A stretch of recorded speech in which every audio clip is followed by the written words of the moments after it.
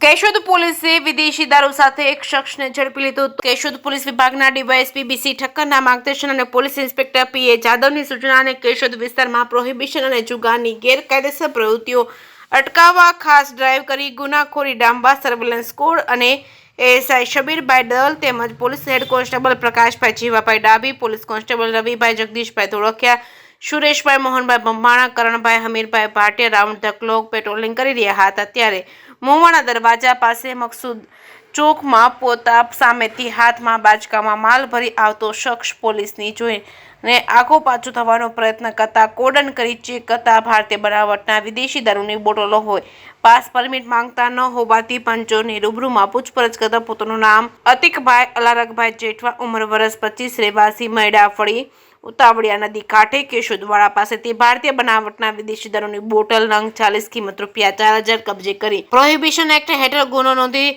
આગળની તપાસ કેશોદ પોલીસ સ્ટેશનના એએસઆઈ શબીરભાઈ દલ ચલાવી રહ્યા છે. આધારભૂત વર્તુળમાંથી મળતી માહિતી મુજબ ઉચ્ચ અધિકારીઓએ 32 પેટીમાં કેશોદ શહેર તાલુકામાં પેટીઓ ખોલવાની પરવાનગી આપી ગલીએ ગલીએ બુટલેગરો પેદા થયા છે અને મોજ શોખ અને સીન સપાટાના શોખીન યુવાનો અવળાધંધે વળી રહ્યા છે. ત્યારે આંતરરાષ્ટ્રીય સંગઠનના પદાધિકારીઓ પતાવટ કરવા પહોંચીને સંકેલાવી આપે છે. જે કેસની ગુજરાતી સાથે રાજુ પંડ્યા, કેશોદ.